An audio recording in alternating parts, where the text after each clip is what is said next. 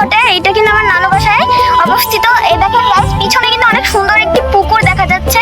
এটা কিন্তু ডিসি কোর্টের মধ্যেই আছে। ওই যে ওইদিকে একটি কোর্ট, ওইখানে কিন্তু অনেক সুন্দর সুন্দর জিনিস আছে। এই আবার ওইদিকে হচ্ছে ব্যায়াম করার অনেক জিনিস আছে। আপনারা এখানে আসতে পারেন, এসে ব্যায়াম করতে পারেন, শরীর স্বাস্থ্য করতে পারেন। সবাই এখানে আসবেন, ঘুরে দেখবেন, অনেক সুন্দর, একদম পরিষ্কার পানি। দেখেন চারিপাশে কত সুন্দর সুন্দর জিনিস। এখানে আমার আপু আর আমার আম্মু দাঁড়িয়ে আছে। এখন আমি যাচ্ছি হচ্ছে এই দিক দিয়ে বাড়ি। দেখেন ওইখানে কিন্তু অনেক সুন্দর সুন্দর তাল গাছ আছে। এদিকে কিন্তু হচ্ছে রথের মেলা হচ্ছে, মেলা হবে সন্ধ্যার দিকে। সবাই দেখেন এখানে কিন্তু খুব সুন্দর পুকুর দেখাইলামই। ওইদিকে কিন্তু আরো সুন্দর সুন্দর জায়গা আছে। সবাই দেখেন অনেক সুন্দর। ওইদিকে একটি শহীদ মিনার আছে, আসেন দেখাচ্ছি। কেন্দ্রীয় শহীদ মিনার কুষ্টিয়া, এটা কিন্তু অনেক সুন্দর। গাইস দেখেন এই যে তাল গাছের পাশে এসেছি, এখানে কিন্তু এখান থেকে দাঁড়িয়ে কিন্তু পুরো পুকুরটাই দেখা যায়। এখানে কিন্তু প্রচুর পরিমাণের মাছ আছে, খুব সুন্দর সুন্দর।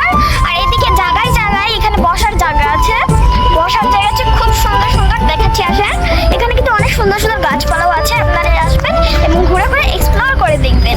এই দেখেন কত সুন্দর পুকুর। এখানে পুরো এই যে এখানে একটা বসার জায়গাও আছে গাইস। এই যে এটা হচ্ছে বসার জায়গা। এখানে কিন্তু অনেক মানুষ আসে, এখান থেকে পুরো পুরো হচ্ছে পুকুরটাই দেখা যায়। আসেন আমি দেখাচ্ছি আসেন।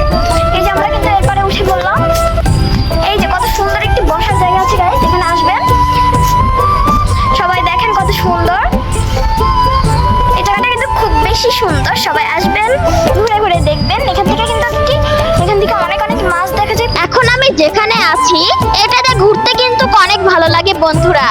কুষ্টিয়ার আশেপাশে যারা আছেন তারা পুরো ফ্যামিলি সহ এখানে এসে অবসর টাইমে ঘুরতে পারেন।